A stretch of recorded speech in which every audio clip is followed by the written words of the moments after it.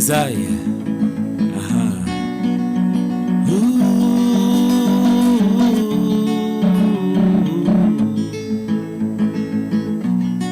RC Bafsan 2 FM 94.3.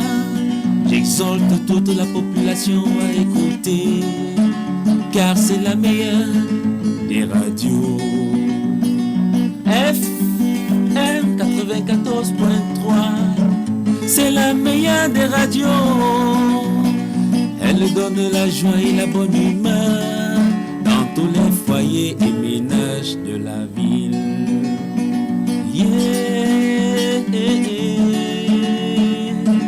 FM 94.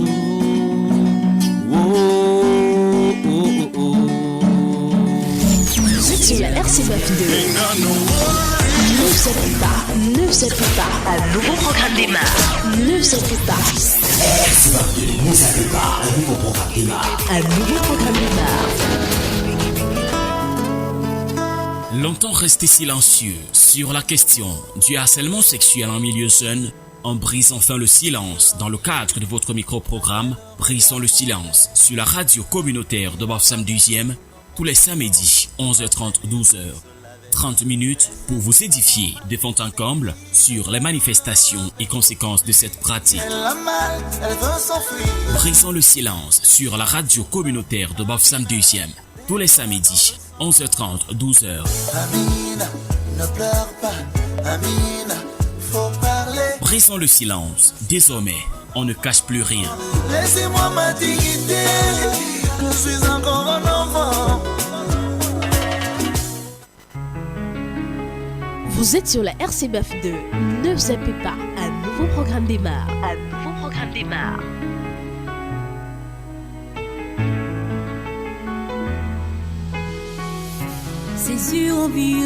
Vous êtes sur la RCBF 2. Ne zappez pas. Un nouveau programme démarre.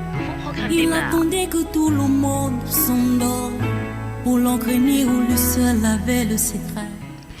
Bonjour mesdames et messieurs et bienvenue à ce micro-programme Brisons le silence sur la radio communautaire de Bafsam 2e de ce samedi 5 septembre 2020.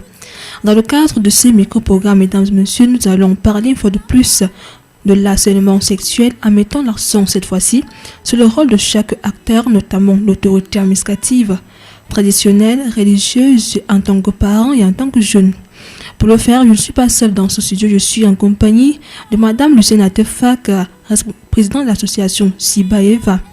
Le quiz qui meuble ce micro-programme est le suivant. Comment définissez-vous le harcèlement sexuel? Citez 3 auteurs du harcèlement sexuel en milieu scolaire. Et enfin, citez 3 conséquences du harcèlement sexuel. Il faut rappeler que, chers auditeurs de la RCBF 2, vous n'êtes pas obligés de répondre à toutes les questions. Une seule réponse fera l'affaire pour que vous puissiez entrer en possession de votre lot offert par notre partenaire, l'association Abdel.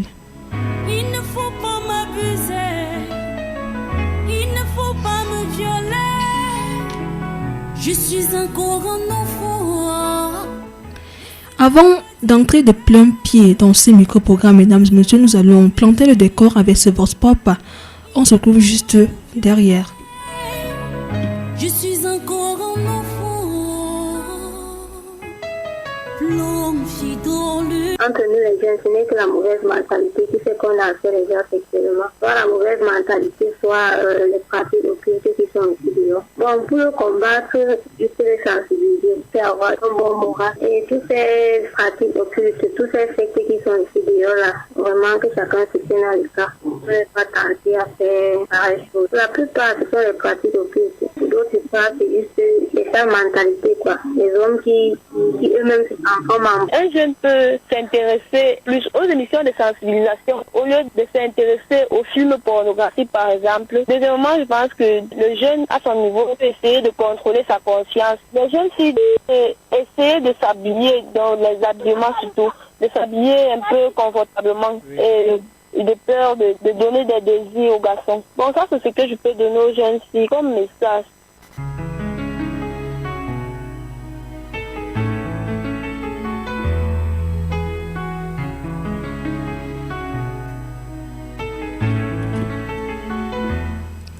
Et de retour dans ce studio, je rappelle que c'est votre micro-programme Brisons le silence sur la RCBAF2 tous les samedis à partir de 11h30. À la présentation, je suis Soleil Mungu. Alors, comme je l'annonçais à l'entame de ce micro-programme, je suis en compagnie de Madame Luciana Tefak, présidente de l'association Sibaeva. Madame Luciana Tefak, bonjour. Bonjour Soleil. Alors, comment allez-vous? Je vais bien et je suis très contente de me retrouver encore ce samedi à 11h30 lors de cette émission avec vous. C'est un honneur, madame, de vous accueillir dans ce studio. Alors, on va commencer par vous. C'est quoi le harcèlement sexuel? Merci. Le harcèlement sexuel, n'est-ce pas, c'est l'acte sexuel que pose celui qu'on appelle un auteur à l'endroit d'une victime d'un acte sexuel non consenti. Oui. Ça veut dire qu'un acte sexuel forcé, c'est un peu comme le viol. Oui. C'est ça le harcèlement sexuel. Et comment se manifeste-t-il dans le milieu scolaire? Le harcèlement sexuel se manifeste dans les milieux scolaires à travers des auteurs qui peuvent être le personnel de l'administration, ça peut être même le chef de structure, ça peut être aussi le personnel d'appui comme le gardien, ainsi de suite. Donc, ce sont là les auteurs. Et ces auteurs, très souvent, ils posent ces actes dans le but, en échange, ne sais pas de certains services. Oui, c'est la raison pour laquelle ce harcèlement n'est pas, c'est pas commode. Parce que quand un enseignant, par exemple, harcèle une fille en lui donnant peut-être des notes qu'elle ne mérite pas, c'est pas normal, c'est pour quel avenir? Quand le gardien harcèle une fille, peut-être dans le but de la faire entrer quand elle est en retard. C'est immoral. Donc, c'est l'une des manifestations. Ce sont quelques manifestations du harcèlement sexuel dans les établissements scolaires. Et ça a vraiment des conséquences néfastes. Le quiz qui meuble ce micro-programme est le suivant. Comment définissez-vous le harcèlement sexuel? C'était 3 auteurs du harcèlement sexuel en milieu scolaire et enfin c'était 3 conséquences. Les contacts pour nous avoir dans ce studio sont les suivants: 6 91 83 69 18 6 79 17 97 07. Je reprends: 6 91 83 69 18 6 79 17 97 07. Alors, madame Luciana Tefak, quelles sont les conséquences sur les victimes? Merci beaucoup, Soleil. Les conséquences sur les victimes sont énormes. Le harcèlement sexuel, d'abord, c'est un acte violent. Oui. Étant donné que c'est un acte violent non consenti, ça a plusieurs conséquences sur la victime.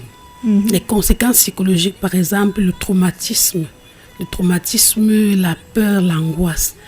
Quand une fille est victime du harcèlement sexuel, très souvent, ça la fait réfléchir. Très souvent, elle a peur, ainsi de suite. Et ça peut entraver, n'est-ce pas, son avenir. Donc ça, c'est les conséquences psychologiques. Ça peut faire que de temps en temps, si elle n'est pas prise en charge, de temps en temps, elle peut sursauter, vivre la peur, elle peut se marginaliser et c'est pas bien pour son avenir. Et pour ce qui est des conséquences au niveau même scolaire, le harcèlement traumatise au point où la victime n'arrive pas à suivre ses études normalement. Donc, un enfant qui est harcelé et qui sait qu'elle doit s'attendre à des notes non méritées, elle n'apprend pas. Ça fait qu'elle ne peut pas réussir à son examen. Si pendant l'école, on lui donne des notes non méritées, qu'est-ce qu'elle va faire le jour de l'examen? On n'aura aucun diplôme. Donc, ça rétrograde, n'est-ce pas? Ça freine l'évolution scolaire de l'enfant, de la victime. Donc, le harcèlement sexuel a aussi des conséquences sur le plan sanitaire. Parce que très souvent, quand on harcèle, le harceleur, l'auteur, n'est pas en possession peut-être des préservatifs ou bien il peut être malade, soit du VIH et bien d'autres infections sexuellement transmissibles. Donc la conséquence c'est qu'il transmet cette maladie à la victime qui tombe malade, qui est malade toute sa vie. Et très souvent, si elle ne fait pas des examens, alors ces maladies vont créer, n'est-ce pas, la stérilité. Et vous savez qu'une femme n'est heureuse plus tard que quand elle a des enfants. Oui.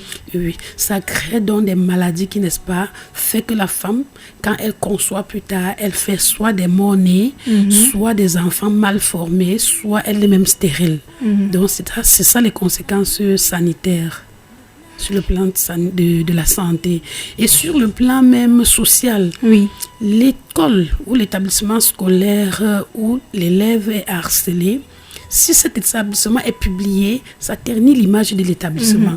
On dira tout le temps que bon, je ne peux pas envoyer mon enfant dans telle structure parce qu'il sera harcelé. Les enseignants, les autorités scolaires harcèlent les enfants dans cet établissement-là. Donc, entre autres, ça sont des conséquences que pour l'instant, je peux donc expliquer à l'endroit des auditeurs. Écoutons à présent Emmanuel Nganevou, qui est délégué pastoral en même temps pasteur de l'église de Kwangour-Laban, juste après. Moi, c'est Emmanuel Nganevou, délégué pastoral et responsable sortant de la paroisse EEC, de Tom Jokweko. Par définition, le harcèlement sexuel est un enchaînement d'agissements hostiles et à connotation sexuelle dont la répétition et l'intensité affaiblissent psychologiquement la victime. Il peut viser à l'intérieur à intimer la victime, à la dominer ou à obtenir un acte sexuel. Pourquoi combattre le harcèlement sexuel? Je dirais que le harcèlement sexuel doit être énergiquement combattu dans notre société parce que déjà avec la Bible c'est un péché. L'apôtre Paul dans son épître aux Romains au chapitre 6, le verset 12 dit, je cite, que le péché ne règne point dans votre corps mortel et n'obéissez pas à ses convoitises. Fin de citation. Et il nous rappelle dans 1 Thessaloniciens, chapitre 4, versets 3 à 8. Ce que Dieu veut, c'est votre sanctification. C'est que vous vous absteniez de l'impudicité. Il dit encore dans 1 Corinthiens, chapitre 7, versets 1 à 2, « Je pense qu'il est bon pour l'homme de ne point toucher de femme. Toutefois, pour éviter l'impudicité, que chacun ait sa femme et que chaque femme ait son mari. » Avant même que la Bible ne condamne cela, parce que c'est un péché, moi, en mon humble avis, en tant que citoyen camerounais, je trouve qu'il n'est vraiment pas judicieux de forcer une femme avant d'entretenir des relations sexuelles avec elle. Pour ma part, c'est très déshonorant, c'est irresponsable, c'est même condamnable par la loi du pays. Donc, je trouve qu'il faut apprendre à se respecter et à respecter également l'autre. Malheureusement, c'est un phénomène qui va plutôt grandissant dans notre société d'aujourd'hui. C'est presque tous les jours qu'on doit entendre parler du harcèlement par-ci, du harcèlement par-là. Je pense, pour ma part, qu'il est grand temps de combattre le phénomène afin que demain, la situation ne devienne plus pire qu'aujourd'hui. Qu'est-ce qu'il faut faire? Comment le combattre? Nous devons tout simplement instruire les citoyens et plus particulièrement la couche jeune de notre société à prendre connaissance des grands risques qu'on court en posant des actes pareils. Comme homme de Dieu, je dois dire à mes ouailles que poser de tels actes, c'est aller contre la volonté de Dieu et que cela peut susciter la colère de Dieu. Comme parent, je dois m'évertuer à éduquer mes enfants à la maison. La jeune fille qui est chez moi doit savoir qu'en s'habillant de façon extravagante, c'est-à-dire cuisses dehors, ventre dehors et sein dehors, pour sortir, elle peut attirer l'attention des jeunes gars sur elle, que ces jeunes gars peuvent la suivre. Elle doit savoir que marcher seule pour traverser des coins isolés est un pur danger pour elle. Que se retrouver seule dans la chambre d'un ami garçon peut avoir des conséquences très désastreuses pour elle. Pour ne citer que ces quelques exemples. Le jeune garçon, quant à lui, doit faire attention au type de compagnie qu'il choisit dans sa vie. Un adage dit « Dis-moi avec qui tu marches et je te dirai qui tu es ». Donc, si tes amis sont des chanvreux, des consommateurs de drogue, tu as de fortes chances de faire comme eux. Je voudrais dire que tous ces stupéfiants suscités sont des facteurs qui aggravent la recrudescence du harcèlement sexuel dans notre société. Si donc le gouvernement de notre pays veut lutter contre le harcèlement, qu'il lutte d'abord contre la culture et la vente de la drogue. Qu'il lutte d'abord contre la confection de ce type d'habits qu'on appelle sexy. Dans les familles, que les gens vivent avec la crainte de l'Éternel. Ne poser que des actes qui sont acceptés par la parole de Dieu, de peur de pécher contre lui et bien sûr contre les hommes. En tant que parents, nous devons faire notre devoir. Veiller à ne permettre une sortie à notre fille que lorsqu'elle est décemment habillée. Tenir toujours son conseil de famille pour prodiguer des conseils à ses enfants.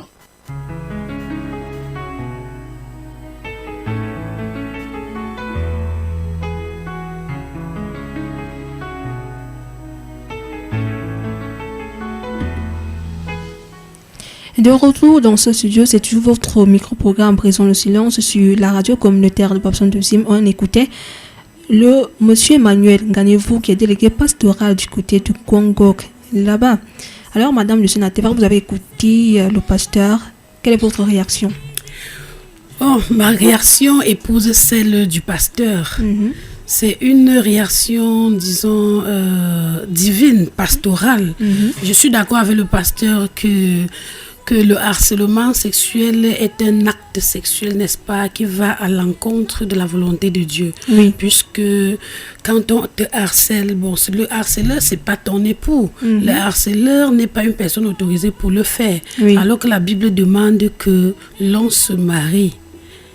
Légalement à l'église ou bien devant le maire afin de poser un acte sexuel et que l'acte sexuel doit être posé dans le but, n'est-ce pas, de procréer. Donc c'est un acte qui entraîne la procréation. Donc je suis très d'accord avec le pasteur. Oui, et sa sensibilisation vraiment elle est très pertinente parce que si toutes les jeunes s'alignent dans cette lancée, nous, on aura une jeunesse vraiment, une jeunesse succès, avec en fait, une jeunesse réussie. Oui, une jeunesse réussie. Donc, nous exhortons tous les parents à bien vouloir, n'est-ce pas, donner la culture chrétienne à leurs enfants afin de leur éviter ce harcèlement sexuel. La question que j'aimerais encore vous poser, c'est pourquoi Abdel lutte contre le harcèlement sexuel en milieu scolaire? Abdel et Sibaïva, n'est-ce pas, luttent contre le harcèlement sexuel en milieu scolaire tout simplement parce qu'il y a eu, n'est-ce pas, des enquêtes qui ont été réalisées avant et on a constaté qu'il y avait un nombre assez élevé de harcèlement sexuel. Il y avait des cas. Oui, il y a eu des dénonciations et dans la MIFI et dans tout, dans l'allée qui est dans le nord-ouest, dans la Ménois. Et puis, Abdel a donc choisi certains établissements avec qui il devait travailler avec ses partenaires, que nous sommes Sibaïva, Irda, et ainsi de suite. Alors, c'est dans le but d'éradiquer ce fléau que Abdel et ses partenaires ont choisi donc de mener cette activité depuis juillet 2018. Donc c'est dans le but d'éradiquer le harcèlement sexuel afin de donner la chance à la jeune fille de pouvoir s'émanciper, de s'épanouir sur le plan scolaire et sur le plan social. Maintenant, quels sont les acteurs de cette lutte dans le milieu scolaire? Merci Soleil. Les acteurs de cette lutte en milieu scolaire, il y a d'abord le chef des structures scolaires de chaque établissement, premièrement. Deuxièmement, nous avons le comité de gestion des plaintes qui a été créé dans chaque établissement où nous travaillons. Et troisièmement, nous avons le club scolaire. Le club scolaire qui regorge beaucoup de jeunes filles et jeunes garçons et qui regorge aussi les pères éducateurs que nous avons formés, n'est-ce pas, qui vont dans chaque classe et pour sensibiliser leurs pères sur cette question. Donc voici les acteurs de lutte contre le harcèlement sexuel en milieu scolaire. Et maintenant, quels sont les acteurs de cette lutte de harcèlement sexuel hors du milieu scolaire? Ok, hors du milieu scolaire, les acteurs de lutte sont généralement les autorités traditionnelles. Ce sont les assistants sociaux, les sectoriels comme la délégation de la promotion de la femme et son équipe. Oui. La délégation des affaires sociales et son équipe. Il y a la justice, parce que quand il y a des cas de harcèlement sexuel dans les établissements et que le comité de gestion des plaintes n'arrive pas à gérer avec la famille, donc il y a aussi la famille. Oui. Donc quand il n'arrive pas à gérer, donc on fait le recours à la justice, ou bien aux affaires sociales, ou bien au MINPROF. Donc, ce sont là des acteurs vraiment importants dans la lutte contre ces fléaux qu'on appelle harcèlement sexuel. Et quelle est l'importance de ces acteurs dans ce combat?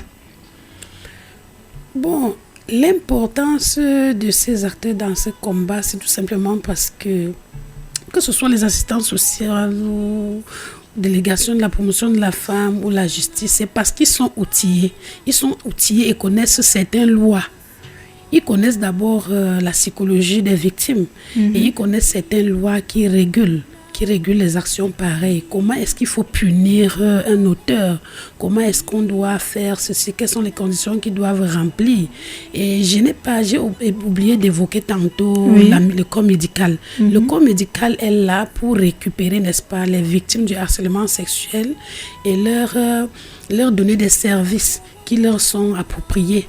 Par exemple, quand tu es victime du harcèlement sexuel, rapidement, on t'amène chez un médecin qui d'abord te donne des préventifs contre les accidents d'exposition, comme ça, pour éviter, n'est-ce pas, pour prévenir, éradiquer les maladies, s'il y en a eu. Donc, ce sont les assistants sociaux aussi qui donnent, n'est-ce pas, qui remontent le moral.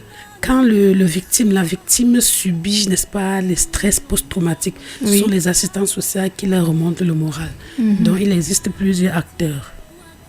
Et les acteurs en milieu scolaire, les acteurs que l'on trouve en milieu scolaire, ils jouent un rôle important. Et comment est-ce que chaque acteur peut combattre le harcèlement sexuel à son niveau? Merci. Le chef d'établissement, à son niveau, doit donner les instructions. On va d'abord prendre cet appel. D'accord. Allô? Oui, bonjour à vous, studio. Bonjour. Je vous appelle comment? Stéphane du dépôt Guinness. Oui, Stéphane du dépôt Guinness, on vous écoute. Oui, merci déjà pour la thématique de ce jour. C'est vraiment pointu cette thématique-là. Donc, j'aimerais poser la question, c'est de savoir, peut-on toujours assimiler, comment dire ça? Bon, je vais prendre une approche, une situation problème, quoi. C'est-à-dire, imaginez que vous approchez vers une fille, ça ne veut pas de vous et vous la voulez. Peut-être même si vous voulez que ça aille loin.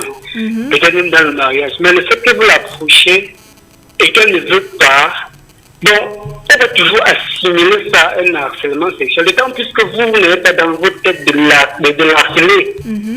Mais vous la, comment dire ça? Vous voulez d'elle une personne, vous voulez faire d'elle une personne si spéciale pour vous. Mais elle ne veut pas, vous essayez un peu d'insister. Le temps pour vous de vouloir la convaincre. Est-ce qu'on peut toujours assimiler ça à un harcèlement sexuel? Ok. C'est noté, Stéphane du dépôt Guinness. On va vous répondre dans un instant. Ok. Merci pour votre contribution. Alors, Madame Lucienne Atoufak, il y a une question de Stéphane du côté du dépôt Guinness. Il veut savoir, quand on approche une fille, est-ce qu'on doit assimiler cela au harcèlement sexuel? Si elle dit non, si on veut faire d'elle une personne spéciale, et qu'elle refuse, est-ce qu'on peut assimiler cela au harcèlement sexuel? Ok. Si on approche une femme, une fille, sans la violenter, sans la forcer de faire des relations, d'entretenir des relations avec soi, c'est pas là le harcèlement sexuel. Donc, quand tu approches une fille, tu veux faire d'elle peut-être une personne importante.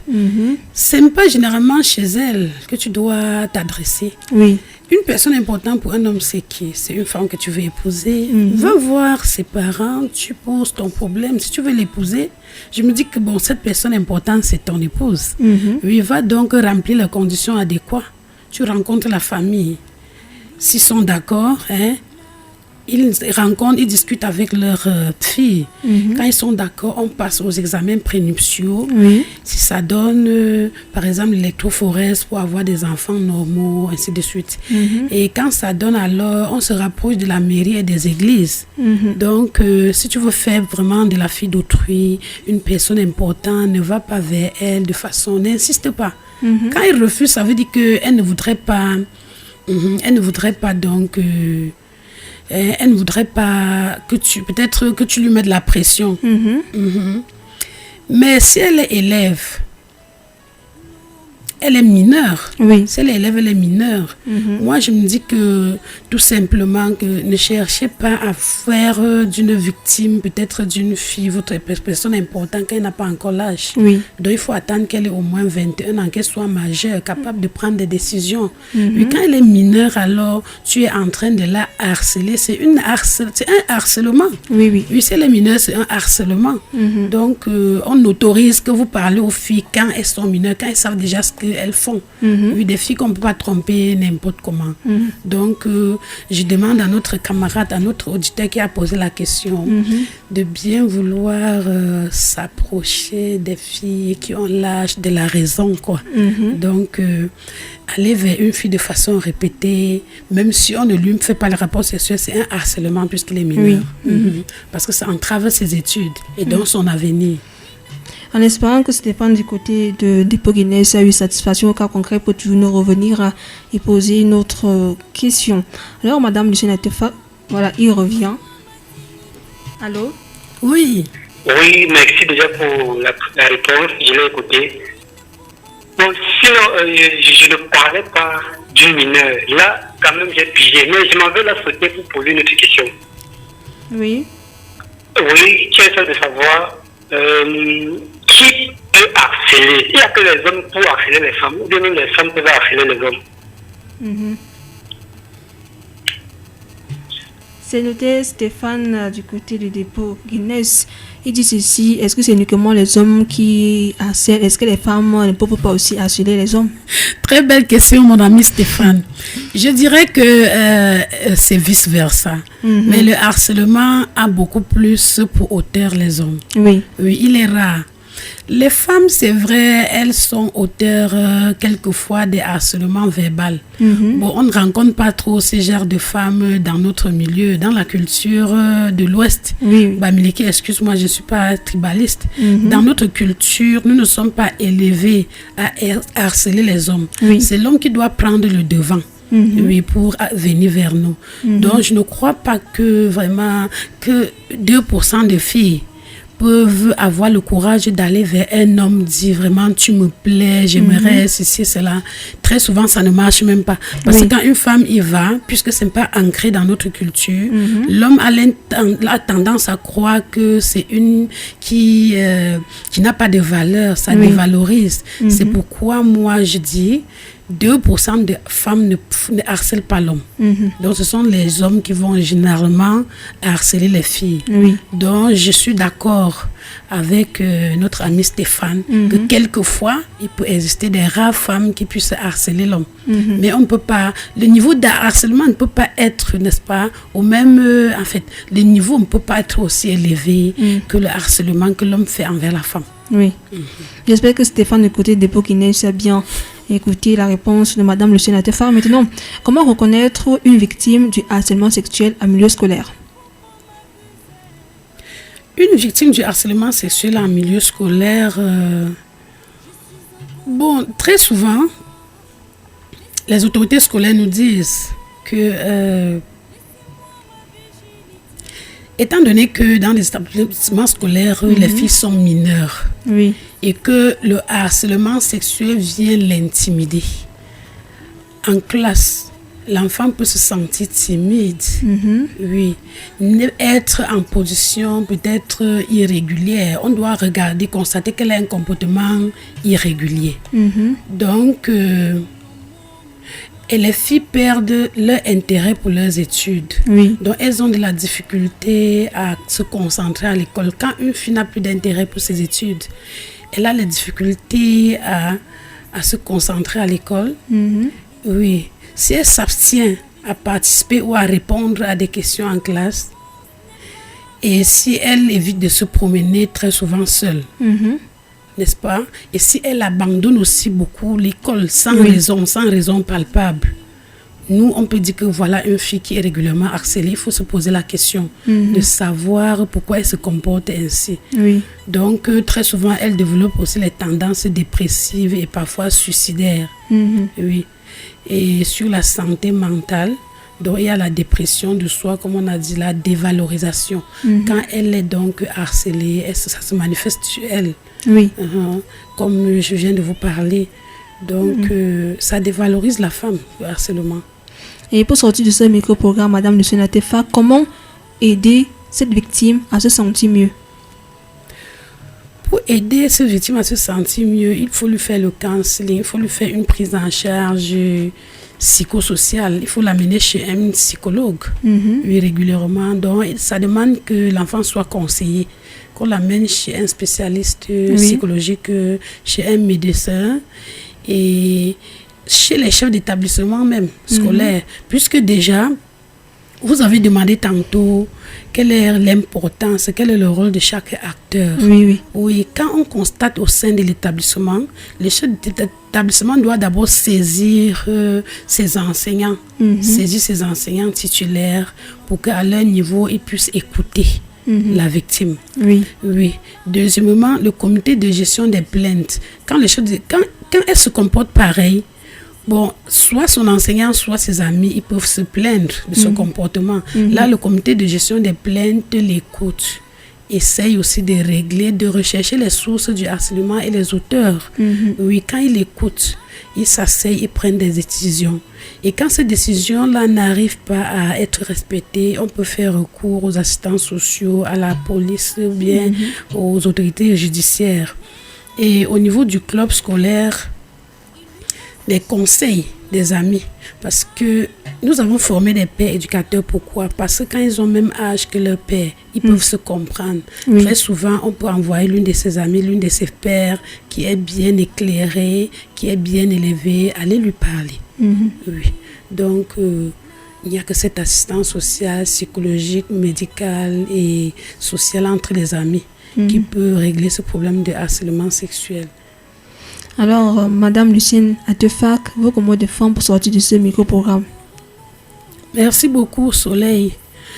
Comme mot de fin, je voudrais tout simplement exhorter les chefs d'établissement scolaire d'être beaucoup regardants et de pouvoir nettoyer leur établissement, parce que au sein des établissements, il y a des lieux de harcèlement comme derrière les toilettes, par-ci, par-là, les bureaux des enseignants. Donc, il faut aérer ces espaces pour pouvoir protéger la jeune fille du harcèlement sexuel. Et des causeries éducatives sensibilisatrices doivent être organisées dans des établissements scolaires à l'endroit des encadreurs et de l'administration. Parce que beaucoup d'auteurs viennent de l'administration et du personnel d'appui. Les auteurs du harcèlement sexuel viennent du personnel. Et je voudrais aussi demander aux élèves de bien vouloir des filles, de regarder loin, de voir loin. Elles peuvent crier, elles ne sont pas... Ou bien de se faire accompagner quand ils veulent se mettre à l'aise ou quoi que ce soit. De refuser même les cadeaux qui viennent de n'importe qui. Parce qu'une fille, si ta mère est pauvre, elle te donne une banane d'aller à l'école. Ne cherche pas à manger le pain, spaghetti ou les œufs. Non, il faut vivre selon ton rythme et selon le niveau de vie de ta famille. Donc, je conseille aux jeunes élèves qui m'écoutent que c'est à travers l'école qu'on devient quelque chose. Même si couramment les gens disent que l'éducation, l'école, ça ne donne plus de travail. Si tu es Bayam Salam ou bien si tu fais ton activité, il faut d'abord avoir, quand tu n'as pas fait mathématiques, philosophie, il y a des questions que tu ne peux pas régler dans ta vie. Oui, on ne trouve pas seulement du travail dans la fonction publique, on peut se battre. Mais pour se battre, il faut avoir un minimum requis d'instruction pour pouvoir s'en sortir dans la vie. Donc, j'exhorte tous ceux qui nous écoutent, je les exhorte et j'exhorte tous les jeunes à se mettre à l'école, au travail de l'école. C'est très important. Et je demande aux parents de lancer un coup d'œil, de faire le suivi de leurs enfants. Il ne faut pas qu'on les abandonne, surtout ces vacances. Les enfants viennent de faire au moins 6 mois à la maison. Bon, on peut noter des cas de répétition. J'aimerais vraiment que les parents puissent mettre l'œil sur ces enfants qui sont à la maison, de canaliser leurs énergies, de guider leurs jeux, de ne pas les laisser aller à tort et à travers. Donc, je voudrais remercier tous les auditeurs qui nous écoutent en ce moment. Merci, Madame Lucienne Atefort, d'avoir répondu à nos questions concernant ce micro-programme Brisons le silence sur la radio communautaire de Babson 2e. Merci beaucoup, Soleil. C'est moi qui vous remercie.